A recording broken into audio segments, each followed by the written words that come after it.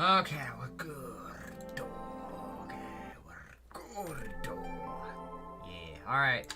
We're gonna play the Greatest Attorney. I know we all want to get on Minecraft, but it's like, oh god, I gotta take a break. Ah, shit, I forgot to change the, oh god, not the Endeavor. We're not doing Minecraft, we're doing the Great Ace Attorney. Oh god, okay. More of this. I don't know what to call it. 32. Okay, there we go.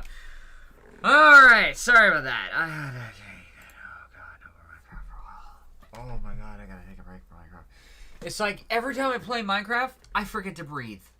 It's like, I'm not getting enough oxygen in my neck. I'm like, oh god.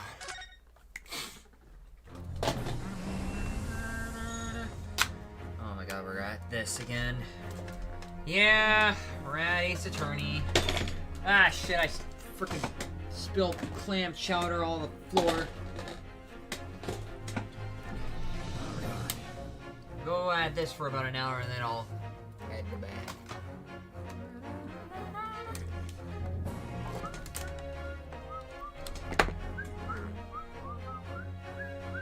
Alright, we're good? We're good. Okay, I can see it. Okay! Alright, we're gonna continue where we left off in the trial of the memory of the Kaleidococro. We just discovered the victim, just like the other case with Netsume, is not really dead. But for some odd reason, the crime of implicating Netsume is still on the trial again! Oh god, we're back at this. So yeah, we met a person called Shamspear. William Shamspear. Which is literally this dolt right here. The victim of the current case, a failed actor renting a room in the same building as Mr. Natsume's lodgings. I don't know what is up with that. So, yeah. Soseki is now going to have to go back to court again. Okay, so I don't know how all of green is brought into this, but in any case, we're gonna get right back to this. Okay, it was some time ago that he first became known as the Reaper the Bailey, I believe. These past few years, he hasn't appeared in court at all. And now he's back in the courtroom, though for some reason. Only when I'm defending. Why? This Reaper, with his curious disdain for us Japanese, is a prosecutor shrouded in mystery. Oh man, breathe, not a hodo. Still, this isn't the time to be pondering that. I still have to concentrate on Soseki-san's trial. Furthermore, I now call upon the 6 ladies and gentlemen of the jury. You have been chosen at random to represent the will of the people of this trial. Are you ready to fulfill your duty? Absolutely. I have a feeling this Larkin wasn't innocent before. I must say, I feel especially ruthless on Jade. That refuses to sit straight. Oh, I'd rather like how you're wearing your hat. I think the blue slip looked very fetching, actually. I've seen him before, I've seen him before, I've seen her before, I haven't seen you at all. I need to be somewhere at 10 o'clock. I have a very important meeting. Let's make this quick. I've seen you before. Ah, couldn't agree more. I need to take home 5 bob tonight, or Mrs. go through the roof. Oh, may the Lord show us the light here, and lead his flock to the righteous verdict. Also, I got religious for no reason whatsoever. You went from scientific as a surgeon to religious. The British jury system is so very different from our own, isn't it? I've seen a lot of these people before. It's quite extraordinary to think that the power of the judgment is in the hands of the 6 members of the public. And the judge can only pass sentence when all the jurors are in agreement of the defendant's guilt. Yeah, 6 citizens of London, chosen at random. Or at least, that's the idea. So it's sort of like a weird tutorial section because this game is another... The resolve part of the game, or in the second part of the game, the second part of this game, the Gradius attorney resolve. So I'm guessing this is sort of like another part of the tutorial. The prosecution would draw attention to the fact that the accused was on trial here but 2 days ago. Accordingly, where possible, the St. Jurors have been asked to return for duty today. Really? Very well, let us commence the trial. Lord Garnetzx, your opening statement, please. Ladies and gentlemen of the jury, it is not the intent of the prosecution to cast doubt over your past decision. However, the innocent verdict afforded to this eccentric Nipponese before has had dire consequences. Did the accused repent for his wrongdoing in that affair? Far from it. Instead, he used his freedom to perpetrate a most blood-curdling crime. Namely that of the attempted murder of the neighboring lodger, an innocent Englishman. He's all nervous. What? To explain the circumstance of the crime, the prosecution calls its first witnesses to the stand. Behold! I take my cape off. The detective responsible for investigating the scene, and the accused himself. Okay.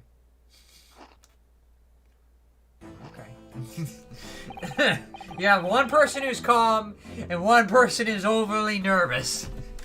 That's an interesting pair. Witnesses, your names and occupations, please. Yes, sir. Tobias Gregson is Detective Inspector at Scotland Yard's Homicide Division. Ah!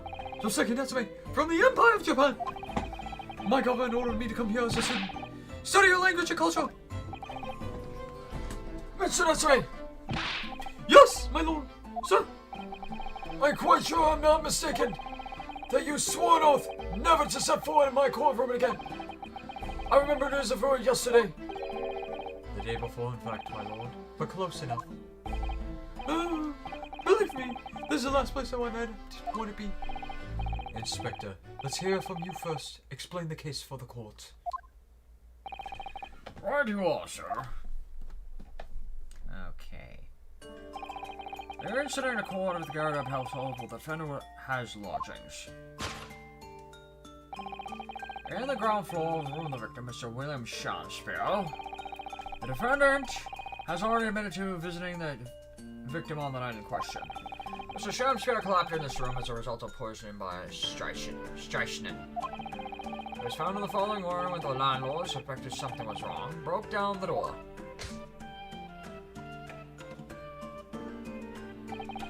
This means, I presume, that the door of the victim's room was locked at the time of the incident. Correct, my lord. It was locked from the inside, making entry to or exit from the room impossible. Although the victim, Mr. Shakespeare, lives to tell tale, he very nearly did. The man was halfway to heaven when we first met him. I was the first officer on the scene, my lord. And I have a photographic print here that I took at the time to show how it looked. Yes, the chilling scene indeed. May look very much deceased. That's right. Everyone present believed that exactly what he was. Very well. I shall accept this photographic print as evidence for the court. Photographic print of the scene taken by police. So the victim has been unconscious at the table, having been poisoned. Now then, Mr. Nesme. Huh? Yes, yes! Yes! As the defendant, do you have anything to say at this juncture? They're haunted! Haunted by evil spirits! Good gracious! What's haunted? My lodgings! There's my horses! I'm trying to it! There's my lodgings! All caps. The tenant before me died in mysterious circumstances. A woman was stabbed by no one on the street. No one on the street outside. My neighbor was poisoned. And me! What about me? I've nearly been killed countless times. Cool boy!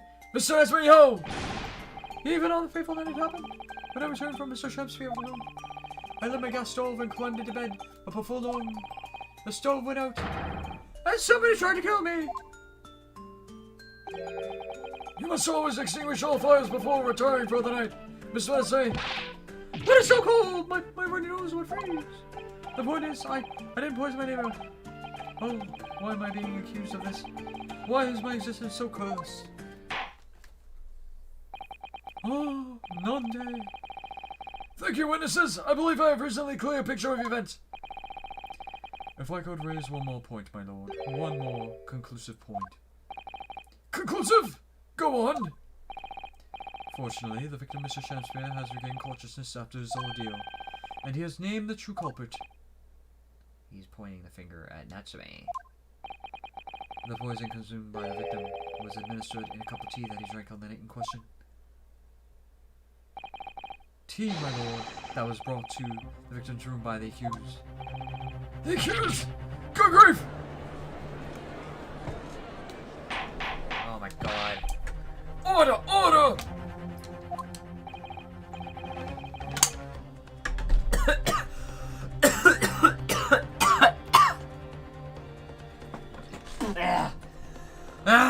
So thirsty, but I went down the wrong tube. Yes, that's the crux of this whole case. If Soseki-san is innocent, then why? Why is the victim accused him? Well, Mr. Nesme, what have you said to this accusation? Yes, I did take some freshly brewed tea with me when I visited Mr. Shakespeare's room as a gift. The public water pump outside always freezes at night, so I brought a bottle of water especially to make it. And this is the result. Never will I touch tea again. Never. Bullet pump where it's frozen, you say? That's not information we've heard before. That will do, thank you. Now, according to our laws, the defense must have the opportunity to cross-examine witnesses at least once. Therefore, I call upon these witnesses now for full testimony. I presume the prosecution has no objection. None whatsoever, my lord. Good. Then you will give your account of events on the night in question in the court now. Yeah. Yes! My lord! Really? Oh my god. I may start tomorrow because I'm doing the last day. You start server thing that you might see spawn or something. Okay, fine. I'm reading what you're saying. Alright, who else is saying what? Anybody else? No? Okay, fine. Moving on. There we go. The Catastrophic Knight. It was around 9 o'clock that evening when I visited my neighbor, and I took him tea with me as a gift. We had a heated debate, literary debate, over a nice hot drink, which after I went back to my room at around 11. Ugh! My tea was completely warmless. He couldn't have locked the door behind me otherwise, could he? Strike take some time to take an effect on the body. People don't keel over immediately after taking it. The victim would have perfectly been able to lock her off the guest left. The argument still stands.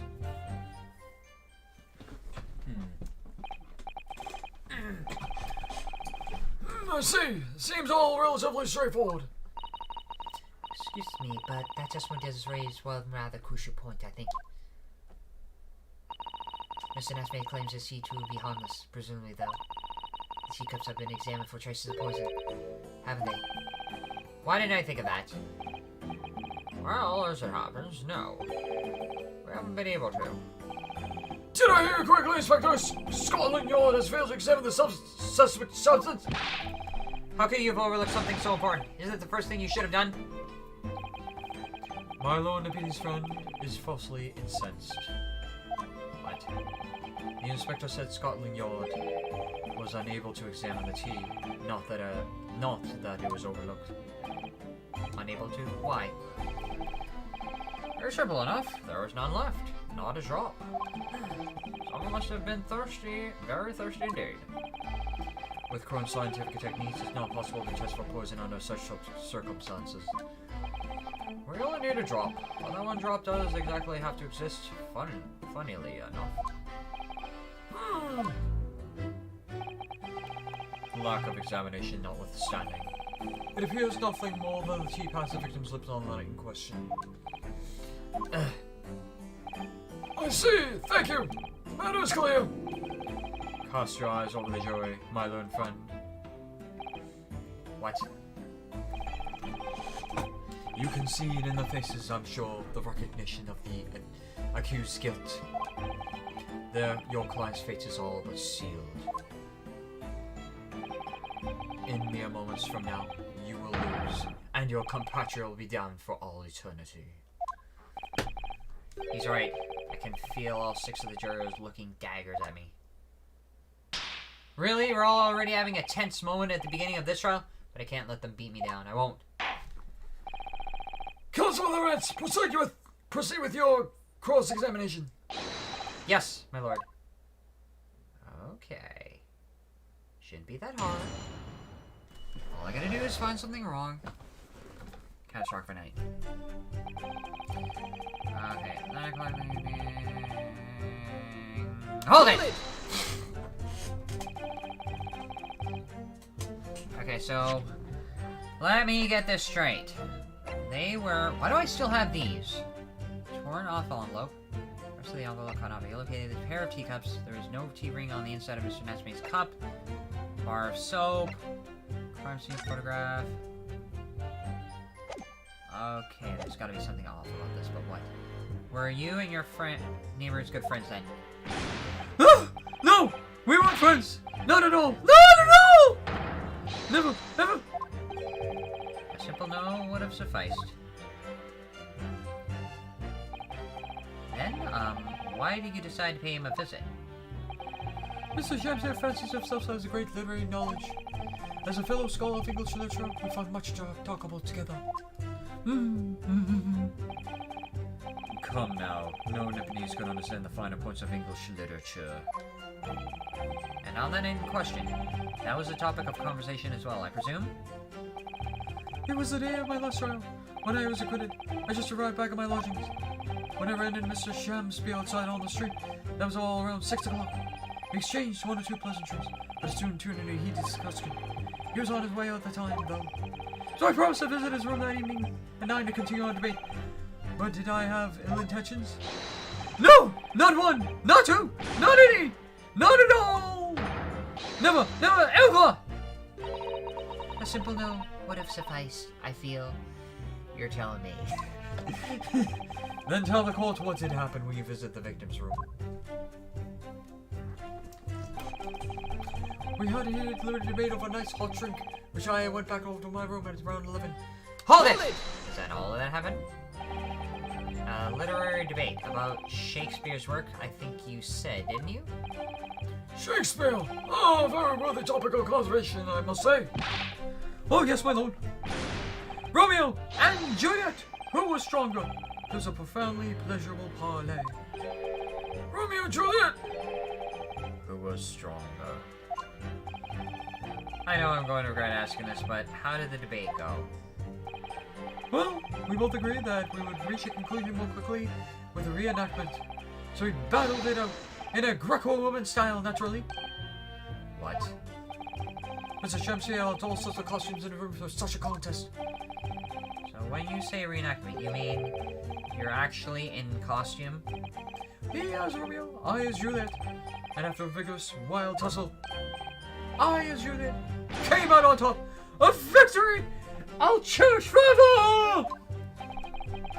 I do not imagine the terrible scene of carnage. Sorry, I don't know the. Shut up! Sorry, Cortana, but we're not doing it. The fact remains that it was you who prepared the tea and took it to the victim, correct? I boiled down water in my room and made a pot to take with me. I heard that he was too poor to have tea himself, you see. It's true. There was no sign of tea leaves in the man's room.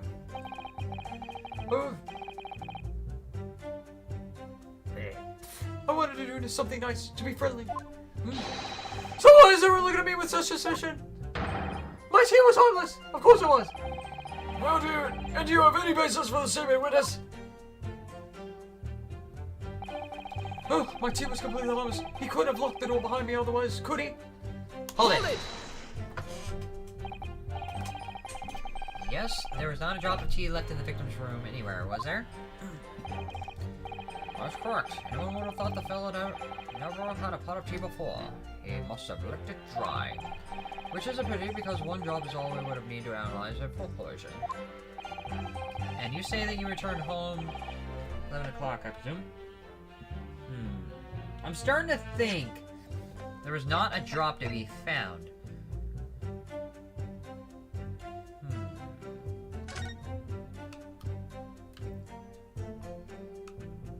Not a T-ring inside Mr. Natsume, but there was a T-ring inside Mr. Shamspear. Maybe. 11 o'clock? Yes, definitely. By heaven and whatsoever. Landlord was able to verify that as it happens. He confirmed that the defendant went back to his room at 11 that night. And how was the landlord been on the test of this? He, said that it was the lamps, I believe. Lamps, Inspector. When tenants return to their rooms and start using gas, the lamps in other parts of the house flicker. Yes, Mr. Getter seems to pay a lot of attention to the comings and goings of his tenants. There's only one candidate to kick Shamspear's room. I know that for certain. So he must have locked the door himself from inside the room. The victim has confirmed that to be the case, yes. So I'm right. My team was harmless. Completely harmless. You were right about the victim locking the door about himself. Those... I don't know about the G. If you say poison, you die. Everyone knows that. It's not that simple, I'm afraid. What do you mean? Destruction takes some time to have an effect on the body. People don't kill over immediately after taking it. Hold it! How long does it take for symptoms to appear then? According to the coroner, speaking to the yard, about 30 minutes after the poison consumed. The victim suffers violent convulsions, cramping, and stiffness, and eventually dies from asphyxiation. So there's a 30-minute interval between when the poison is ingested and the onset of symptoms. There seems to be a lot of different types of poison in the world, that's for sure. Oh dear, death by poisoning again. It's always so awful. 30 minutes is a long time.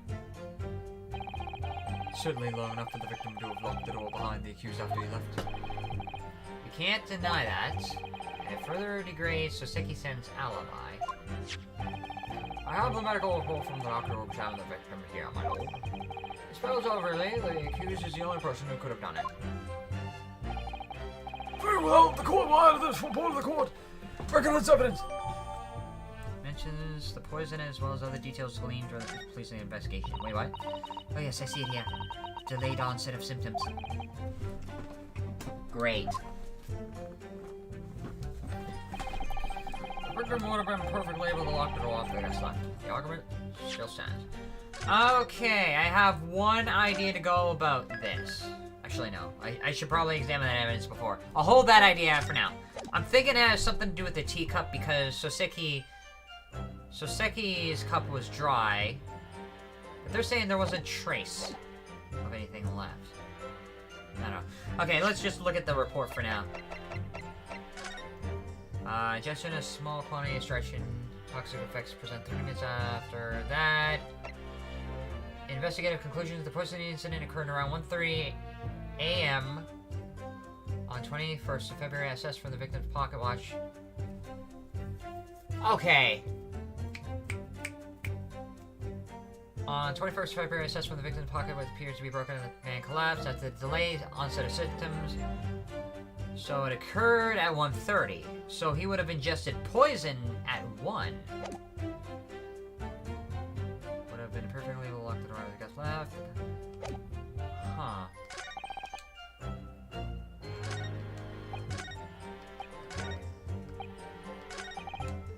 Later debate. 11.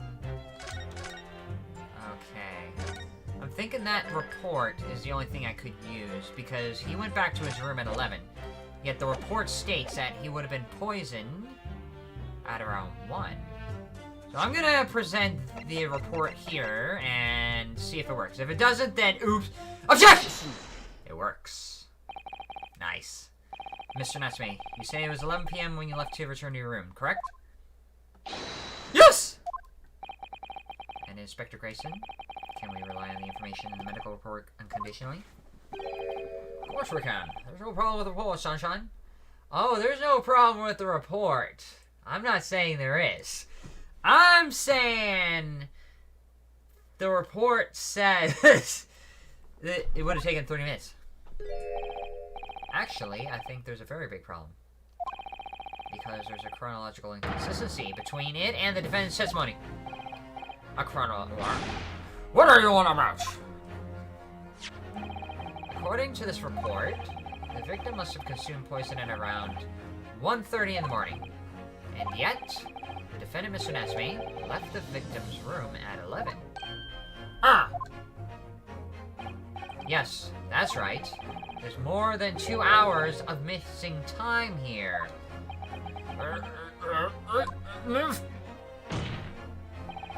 In other words, if there was poison in the tea that Mr. Natsume brought to the victim's room, how could the victim have fallen ill to it 2.5 hours full after the defendant left?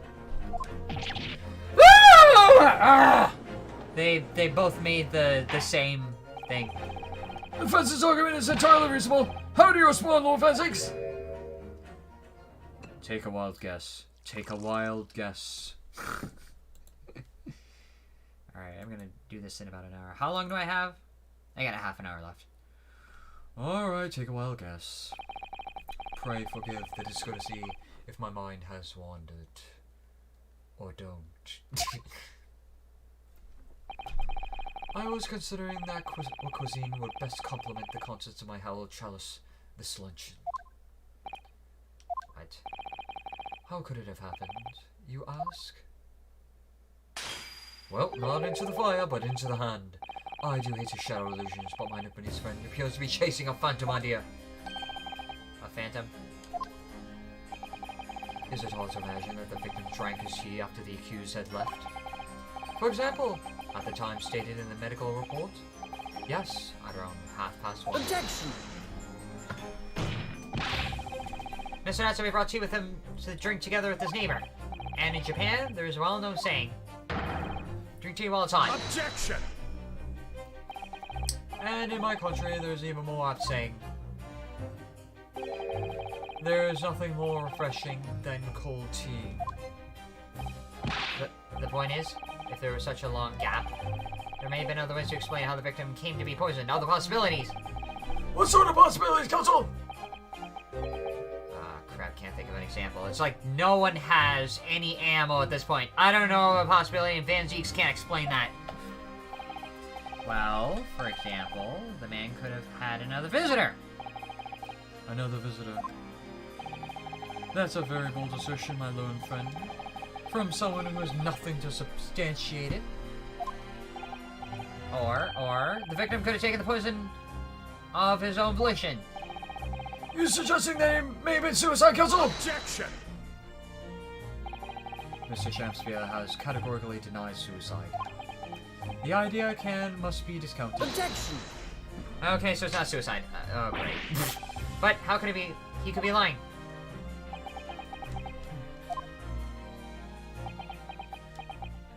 Can you deny that? Nobody has ammo to argue with.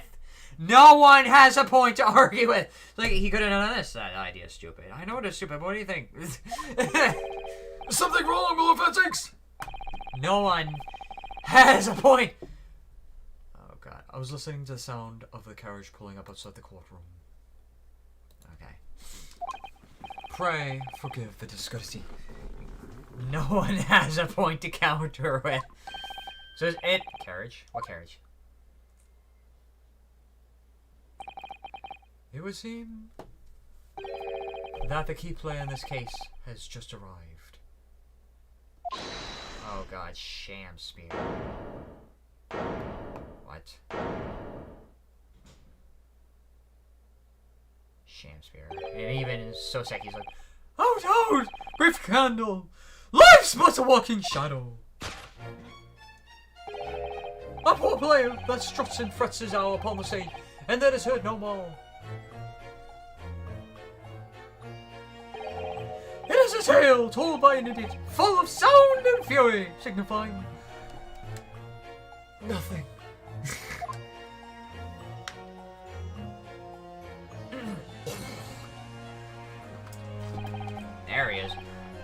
So are you? William Shakespeare, my lord. Alas, 'twas I, undone by these bitter events. I am the victim. What? What's he doing here? Frickin' Shakespeare. The prosecution seeks to call this gentleman to the stand. With his testimony, my learned friend's futile resistance will be utterly crushed. Oh god. You're calling him as a witness? Very well, Counsel. I grant you your request with interest. I'm curious to discover what the court shall hear from the victim himself. Oh, yes! Look, everybody! I have beach balls for shoulders. Happy am I, Shakespeare, to regale thee with a tale of woe, my lord. But I still have my own tale to tell! My own tale of worse woe! I can regale the court with a tale of my profound, innocent, imperfect English! That will do, Mr. Nesme. Let the court now hear from the victim.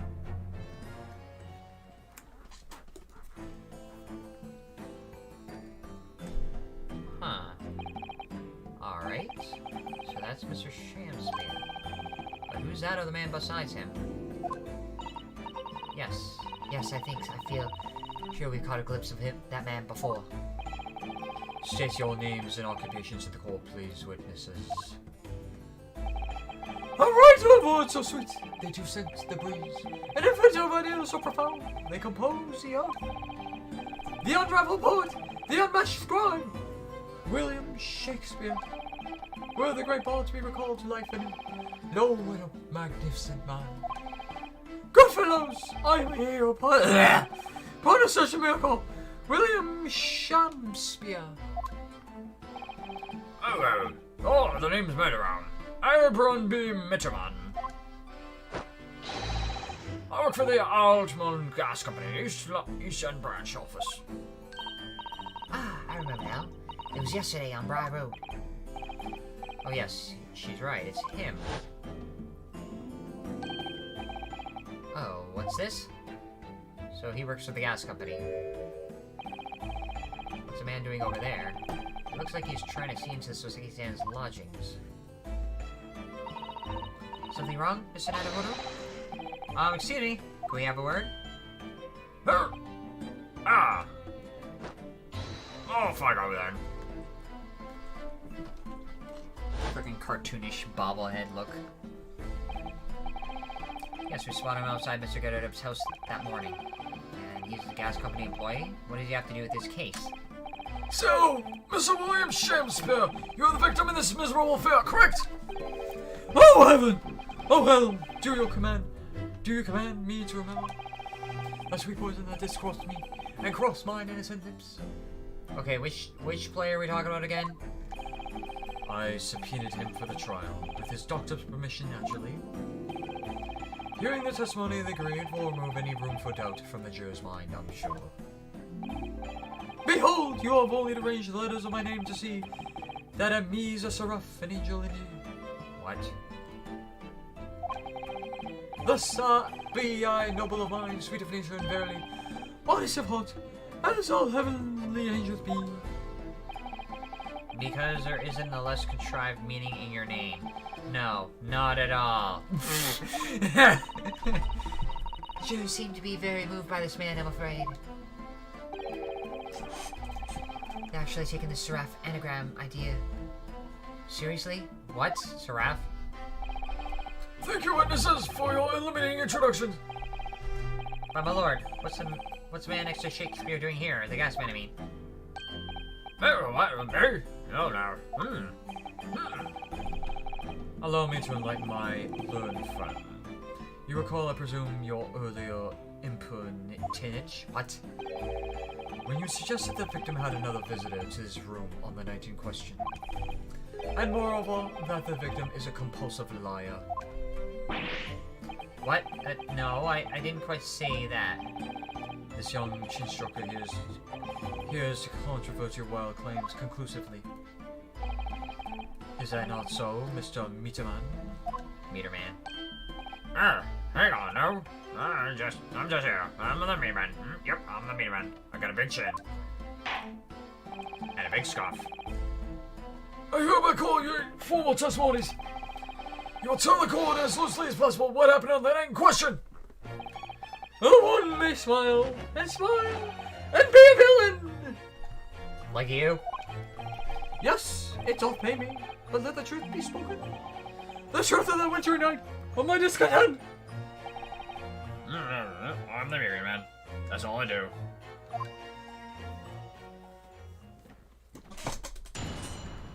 Okay, what does Shamspear have to say?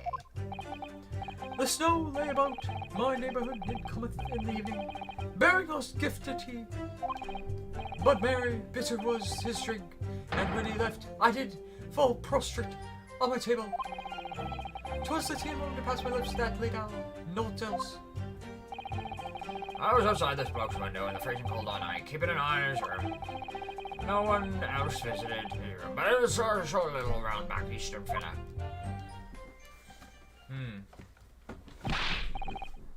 Wait, what did you say? You were keeping an eye on Mr. Shamspear's room all night? That's right. Of course, the bloke's window is all but locked up, isn't it? Well, there's a little gap in the brick so you can see into the room. I spent the night trying to keep my teeth from chattering as I peeled through that. The question is, sir, why? Stop. Ah, dang it, I need some more water.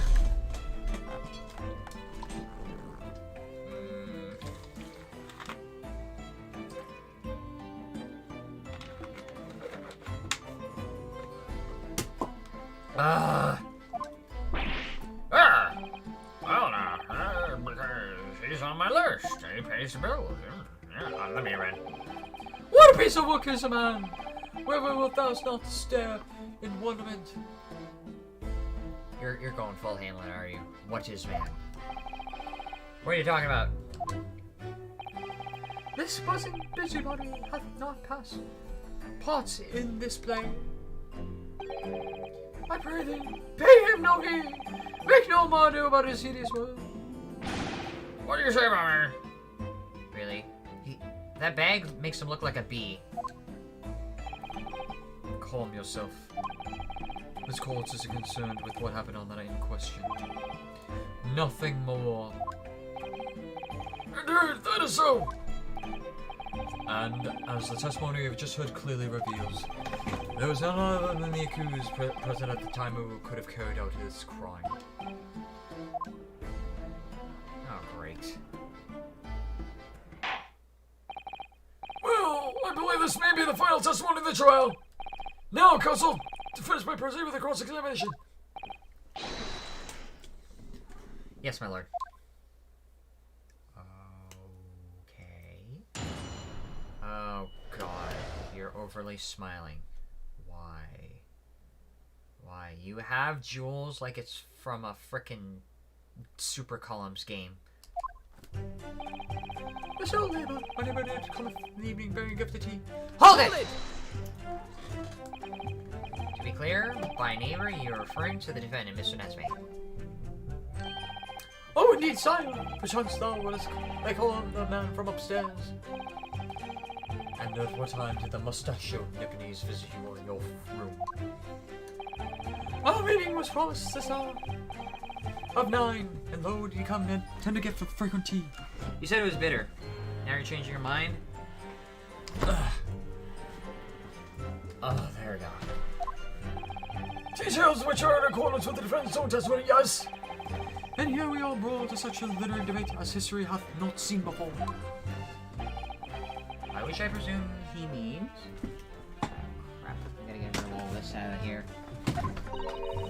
The discussion about who was stronger, Romeo or Juliet. I, Shamspeare, did play the part of young Romeo, whilst many never played the fair Juliet. Each of us dressed as our characters be, to bring weight upon our merry experiments. I dare not imagine the scene. Frailty, thy name is woman. Canst thou imagine how dismayed I was, yet I heard thee send alter jujutsu, but near did I dream 'twas a skill practiced by the comely maiden. Juliet beat Romeo up. This is not helping our case. I believe the court has heard enough about your earth-shattering literary debate. Perhaps you could reiterate your statement about the tea that the accused brought to your room. My liege, I am thy servant. Gladly I would do thy bidding. But very pity was his drink, and when he left, I did fall prostrate on my table. Hold it! Let me stop you there. Mr. Natsume left your room at 11 o'clock, but it wasn't until after 2 that the poison made you collapse. That amounts to more than 3 hours of missing time. Are you gonna dance around that? If the defendant had really put the poison in your tea, that 3-hour window of time is something you're going to have to explain. Gladly! 'Tis an easy task. What? I did drink of the tea, not while I disgusted Terry, but after he took leave of me. I shimmy back and forth. Shimmy, shimmy, shimmy. Faith, 'twas stone cold, but at one past midnight. Verily, were my lips parched. Objection! Well, that doesn't sound normal. Nay, 'tis quite ordinary, sire, after all. Thou wouldst recall our fiery debate. Amidst such argument, there'd be no time for fiery tea. Romeo and Juliet again. And who was stronger? Mr. Shakespeare, in summary, allow me to confirm. Did you not come here with the intention of naming your attacker? But of course, my liege. 'Twas a stupid lover of words that attempt to shuffle me of this mortal coil. All we know is... we all know what that means. 'Twas the tea alone did pass my lips, that lay down, not else.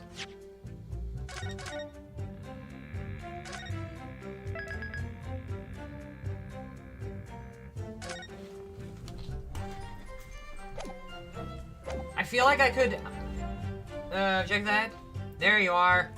So, Nat, you wanna object to something? Transfer is 1 of 2 found. It's covered just outside. Okay, was there anything else he had? I could either present the picture or the bar of soap.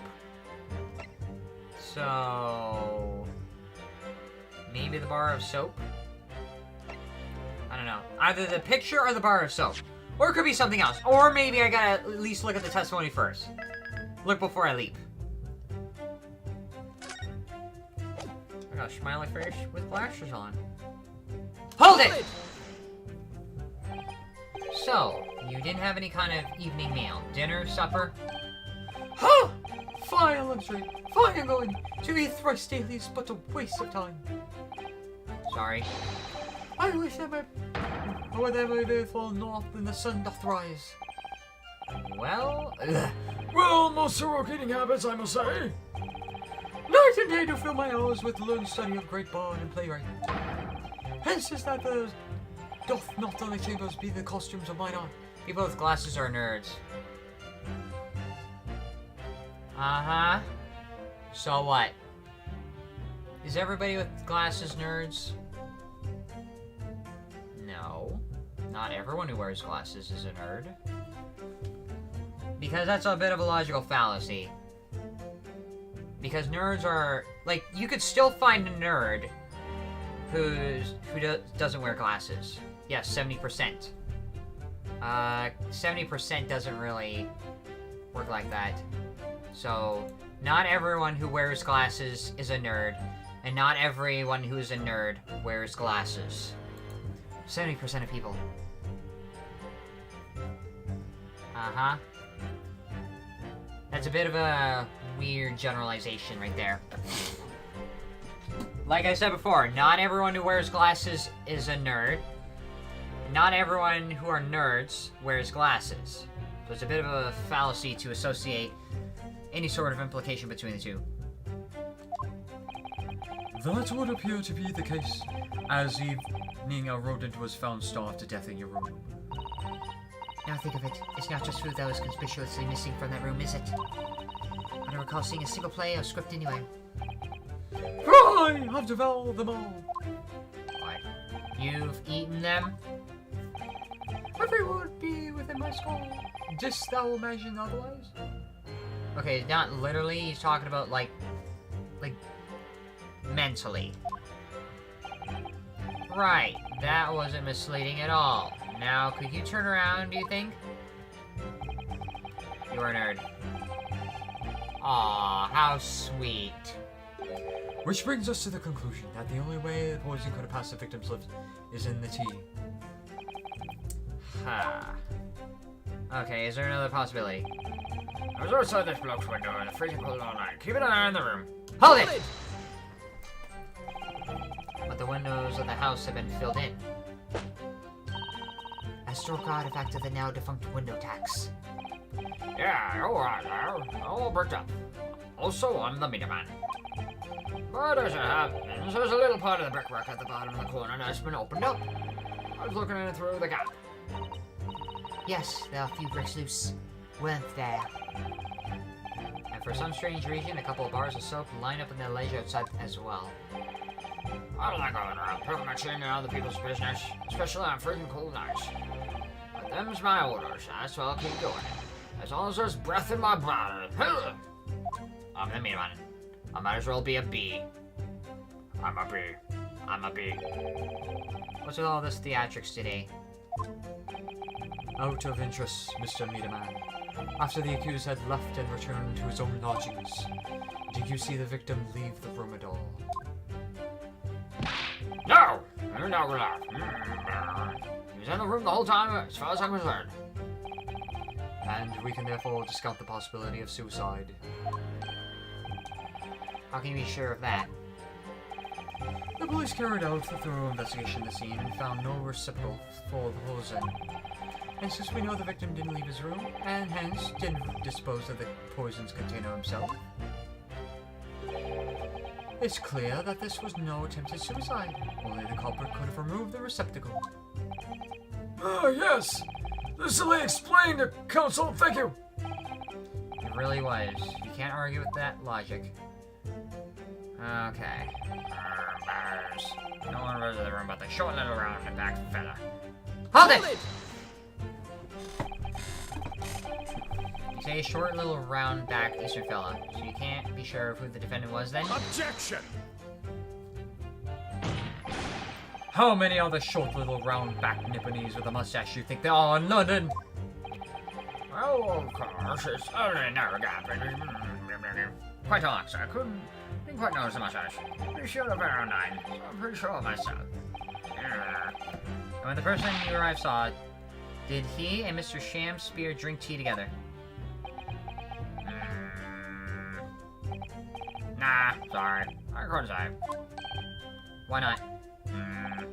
Because I couldn't see into the room all that well, could I? What it is, sir, is a silhouette of a little round back fellow wearing a pretty dress. There's a pair of them sort of some kind of wrestling match. I didn't know what to make of it. Ha.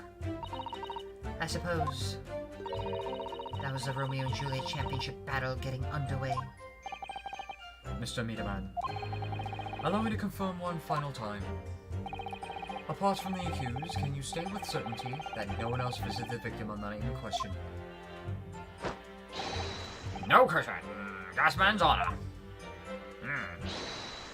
Hold it. Who did that?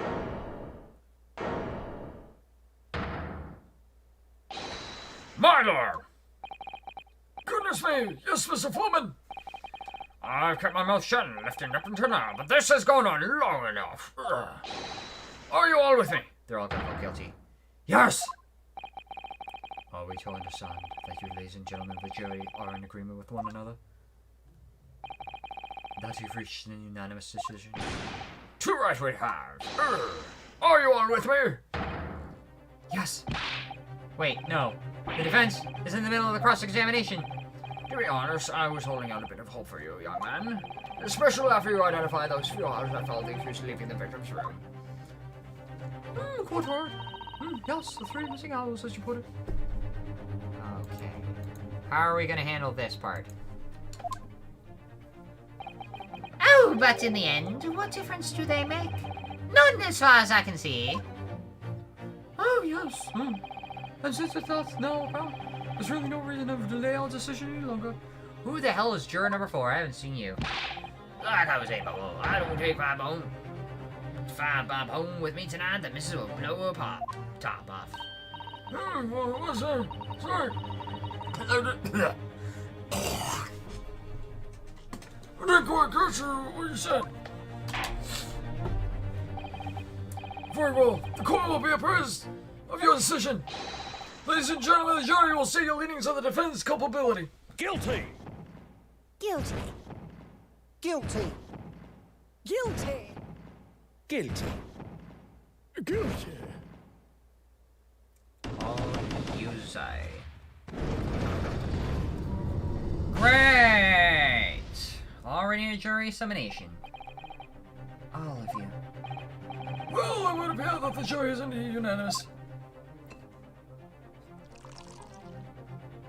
And we all know what we gotta do now. So, this time at last, it seems justice will be done. All's well that ends well, as they say.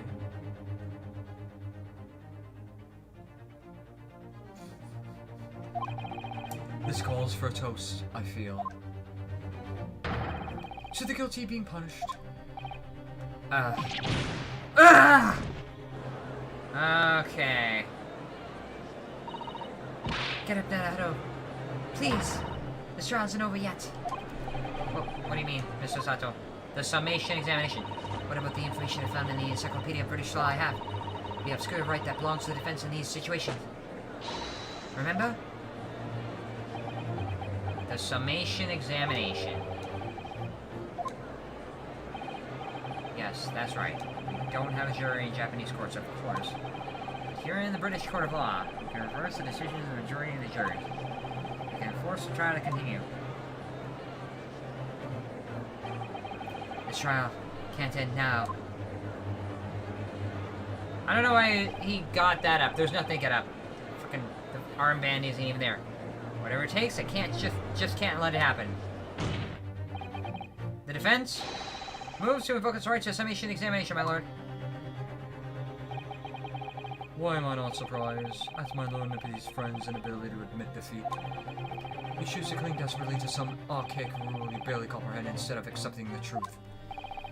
Certainly no one on defense counsel in recent times has exercised the right to summation examination. Because they all know that once the jury's mind is set, it cannot be altered.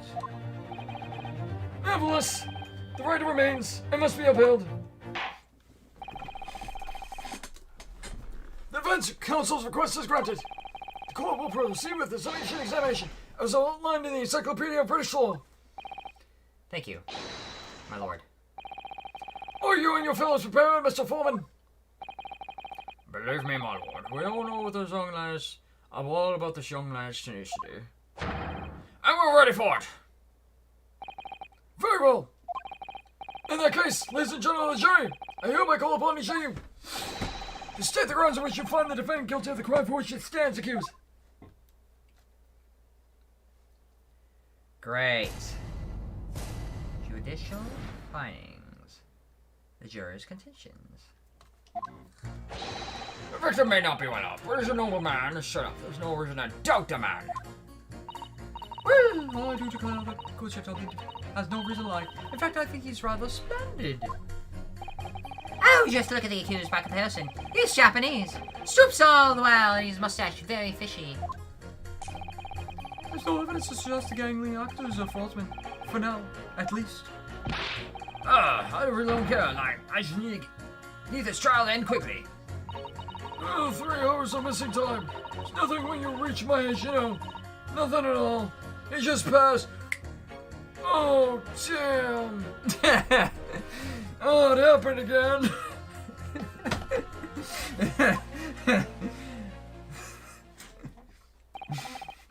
I knew it. Every single one of them seems completely convinced. Except they all have different reasons.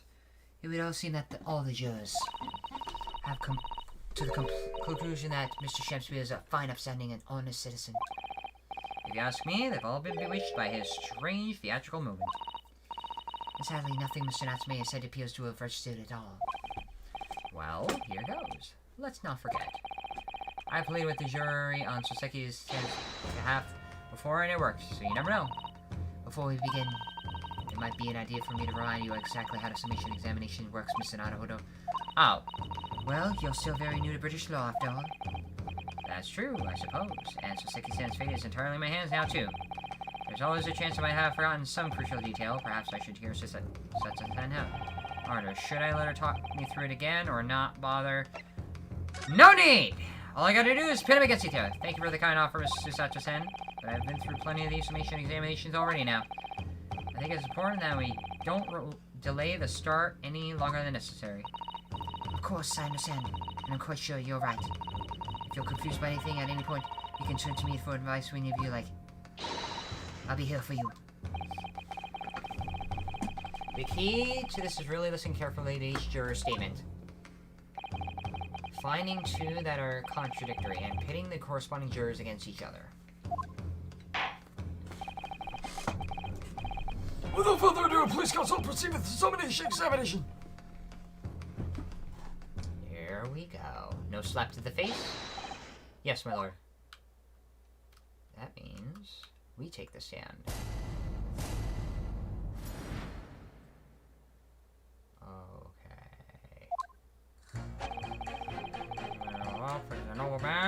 Hold it! Well, there are plenty of people in London who seem noble but poor. Can't some of them also be liars? I've no doubt about it. Like that shaky client of yours, for example. Absolutely not. Mr. Natsune is no liar. Look, the point is, the only thing that passed through the victim's lips that night was the Japanese man's sin. But to take the Gasman's testimony into account as well, the truth couldn't be more clear. Ah, well, that's alarmingly logical. But let me be frank here. Actually, my name's not Frank. But what the hell? I'm a gentleman with gentleman's values. If it turns out that the old Shakespearean chump is a rotten lie after all, I'll gladly change my decision about the defendant. And I'm sure my fellow gentlemen on the jury would do the same. Is that right? Oh, well, yes, perhaps. No, I don't see it happening. Hey, what's that? What's all these gents on the end here, you know? You'll have to speak up. Oh, damn it, it happened again. Look, I don't really care about all this nonsense. I just need this trial to be over. How many gentlemen do we actually have on the jury, then? I really wonder. Alright, sir. I may hold you to that. Don't forget what you said. I put my finger up. But that doesn't matter, because you'll talk to somebody else. Well, I do declare the good gentleman has no reason to lie. In fact, I think he's rather splendid. Hold it! Why do you think he's splendid? Are you saying you believe the man to be trustworthy because he's rather splendid? No, that's not what I said. The point is, the man is the victim here. What reason would he have to lie? Ah, yes. He is rather splendid. So you say, yet again. Meanwhile, the man who stands accused behaves so suspiciously. It's exhausting to look at him. I'm afraid he's not splendid at all. Splendid logic there, madame. Thank you so much. Okay, so we're not changing anything with juror 1 and 2. Just look at the accused by comparison. He's Japanese, stooped all the while, and and has a mustache. Very fishy. Hold it! So what? No. None of those things is a reason to find man guilty. Would be a reason. But he is fishy. There's no point dancing around the fact. He's Japanese. He has a mustache, and he stoops. So what? You see, you arrive at the conclusion in just 3 steps. 3 steps, like a waltz, in fact. You know, the more I think about it, the more this trial seems like a dance. You seem to be several steps ahead of yourself, though, and you're on the wrong foot. No, there's nothing but circumstantial evidence here. There's no proof of the defendant's guilt. But the victim's version of events is backed up by what the big chin man said next to him. Says it. 1, he saw the Japanese man there. 2, he saw no one else. And 3, he saw the Japanese man there. Oh, there's another 3 steps. All this really does seem more and more like a waltz, doesn't it? Right, and the prosecution will waltz its way to victory if I let him speak more. There's no evidence to suggest getting actors a fraudsman for now, at least. Hold it! A fraudsman? What do you mean by that, madame?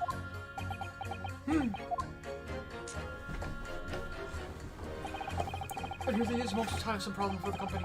Most irritating. Company.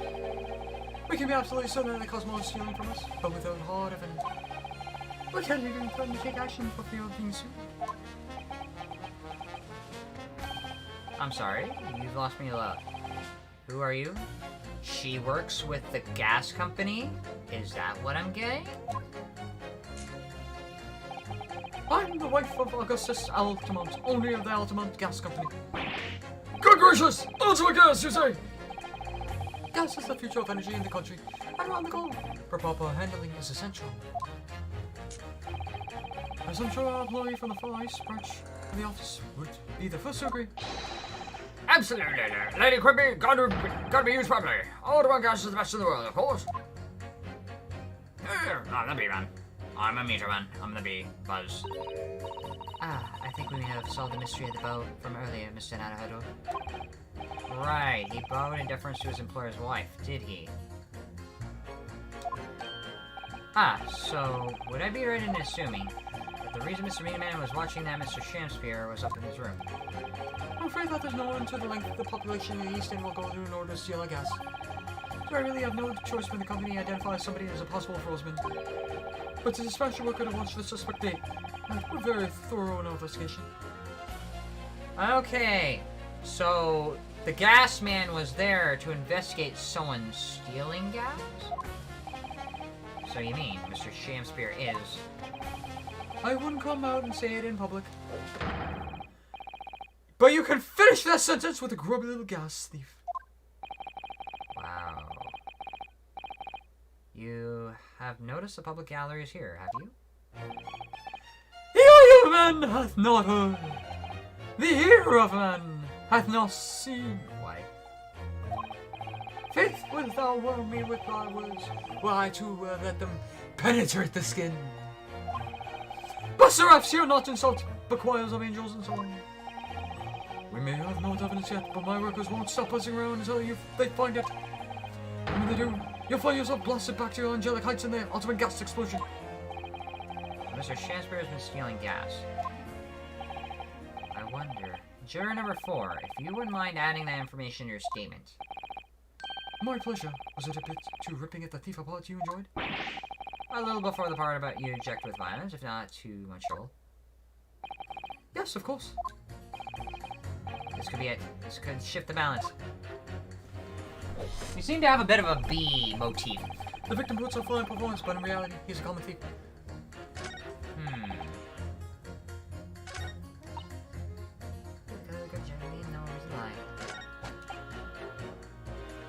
The victim's a liar.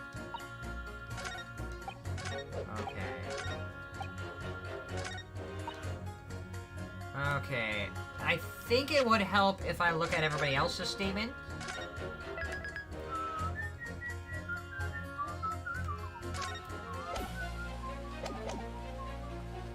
Alright, I'm gonna thoroughly check you. Hold it! Oops. Hold it! You keep talking about needing to go home taking home some money. What's that all about, sir? Finish last words. That's what it's all about. What's that? I'm talking about the Derby at Hyde Park, aren't I? I was at Queen's Cup last week, wasn't it? Derby. It was a dead set, that's the thing, I couldn't lose. So I took my wife's secret savings money. But then, that hopeless old man went and I think, well, oh, stupid finish, lass. Oh dear, I think it's clear what happened, isn't it? This is the day the missus used her savings for a trip down the road. So come on, let's let this business lie now. Just give it up. No, that's not going to happen. There's Mr. Thomas, nothing when you reach my age. You know, nothing to know. Hold it! Oh, never mind, it happened again. What do you mean by that, sir? You know what I mean. I'd love to see your play Skyblock. You want me to play Skyblock? We can play Skyblock. That I can make an exception for. Considering the fact... At least tomorrow. Because I gotta go to sleep after all this. I'm not one to boast back up at 5 every morning, I do. 5? You're a really early riser then, aren't you? What's this now? I said you're an early riser. Oh, well, I mean, I like to while away the hours in the evening reading books as well. But by about 2 in the morning, I'm usually too tired to go on. He sleeps at 2 in the morning, and he gets up at 5. Oh my, that means he only has 3 hours of sleep each night. Or he could also get up at 5 in the afternoon. What says you? Only 3 hours of sleep each night. That's right. You see, 3 hours of missing time. Like I said, it's not much, is it? This really isn't helping. The Dissemination Examination has identified contradictions between Juro statements Mr. Naruhodo on Hypixel. Fine, you want to get on Hypixel? You can ask that. Also, who the hell did this? And why would you put that there? I don't trust it, not watching it. Says Algoni. Fine. Ugh. Right, and once I found 2 jurors whose statements can't coexist, I need to pit those jurors against each other. And hopefully, when they see that their saying doesn't make sense, they'll change their leaning. Yes, and if you're able to change the minds of the majority and the jurors, the trial will continue. But conversely, if you're unable to do that, the judge will declare the trial over and move to adjudication. And I can't let that happen. Somehow or another, I have to turn this trial around. Okay.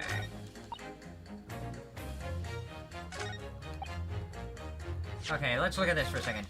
I know juror number 5 and 6 don't have anything to offer, as far as I'm concerned. It's usually 1 to 4. So, process of elimination. Game doesn't tell you how to do anything. Wait, what? Okay, who's contradicting who? This person thinks the victim puts on a fine performance, but in reality is a common gas thief. Okay, this is the only change I can get. So, the victim, Mr. Shamspear, she thinks that Shamspear's stealing gas. Okay, you're thinking about Nasri. Skyblock, okay. Well, I do declare the good gentleman to have no reason to lie. In fact, I think he's around this way. Liar, I'll reconsider him. Okay, it's either 1 or 2 against 4. I'm gonna try juror number 2 against juror number 4. Here! Those 2 statements are fundamentally at odds with one another. I must object. What? Very well, lady. I was smart to stand up for all the jurors. Stand up for them, I will. I didn't get it right. I didn't get it done. I fricked up. I fricked up by it. Okay. Let's look at this one more time. You show me the victim is a liar. I'll reconsider my position. Okay, so it's number 1 against 4. Here! There we go. Finally. Those 2 statements clearly contradict each other. Good gracious! To those statements, whose statements you for, Counsel? Juror number 1. What are you yelling about, lad? I presume you heard juror number 4's statement, made by the wife of the owner of Altman Gas. Well, yes. The victim, who you claim to be noble, straight up man, in fact, turns out to be a common thief. So the good lady says, but there's no evidence, is there? You and I both heard them say as much. It's true. We don't have evidence of such just yet. But the claims aren't baseless, you know. What? You heard me. Seeing as this operation has already been compromised. I would suggest that the court hears testimony from our East End branch office employees over there. Gusman's honor is I'm a meanerman. I go. Juror number 1, you say you're a man of your word. If you could show that Mr. Shakespeare is a liar, if I could show you that Mr. Shakespeare is a liar, you assured me that you would reconsider your decision about the defendant's guilt. Yes, I do say that. But as a man of honor, I'll hold to it. As I'm sure the other gentlemen of the jury will. Me? Oh, well, yes. Now that we found the man's a liar, perhaps we ought to consider the matter further. Oh, I'm perfectly honest. I haven't heard half of what your father was saying. Actually, if I'm completely honest, my hearing's gone to shit. Oh, there it goes again. So if this means you'll recap a few points, that would suit me down on the ground. Oh no, I'm not having any part of this. I want this trial to be over and done with. In that case, I shall change my leaning. So, Mr. William Shakespeare, if that's your real name, we of the jury demand to know exactly what kind of a man you really are.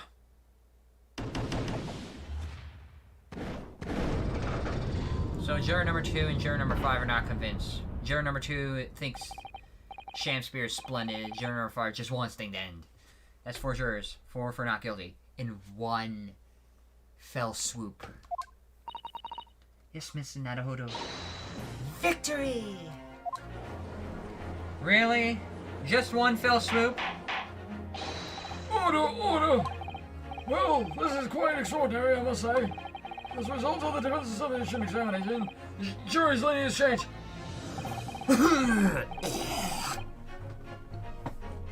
I need to get a lot of water. Not only did two jurors saying guilty, whilst 4 not guilty, I therefore declare this court to be in a state of discord. In order the trial to continue.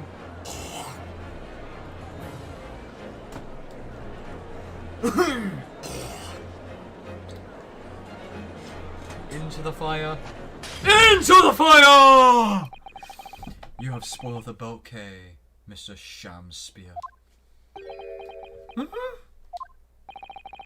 ladies and gentlemen of the jury now find they are unable to trust you, the victim.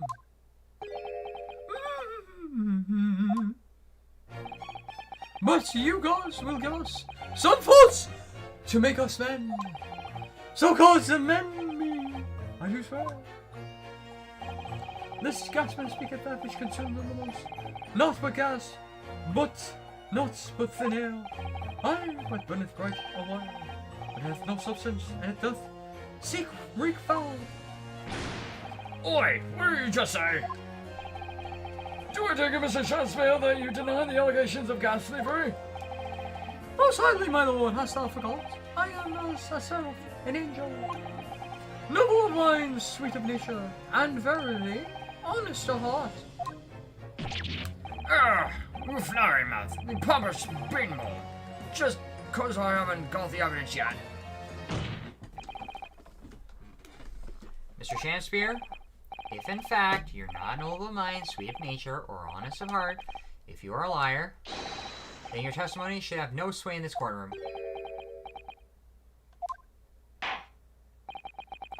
It is my considered opinion that at the present time, no other possible culprit of this crime has been identified. All testimony heard by the court thus far heavily implicates the defendant. In short, it would not be unreasonable at this stage for me to rule on the case. What? Oh no. However, in light of the fact that the jury has expressed concern about the fidelity of the witness, I believe it would be inappropriate for the court not to pursue this point further. Objection!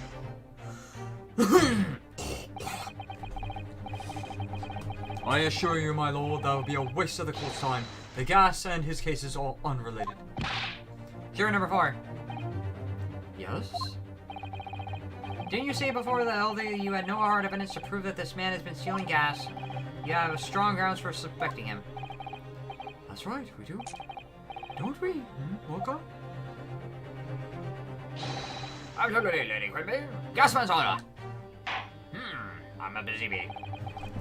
Very well then. Shut up, you busy bee. We'll hear your testimony now. You'll tell the court precisely why you believe the victim, Mr. William Shakespeare, has been stealing gas. Yes, my lord. It will be my pleasure. On the eloquent gas name, I swear. If I may, my lords. Go ahead, madam. This worker's testimony may have a significant bearing on the good name of your husband's company. Therefore, I should like to take the stand alongside him in a supervisory role, if you wouldn't mind.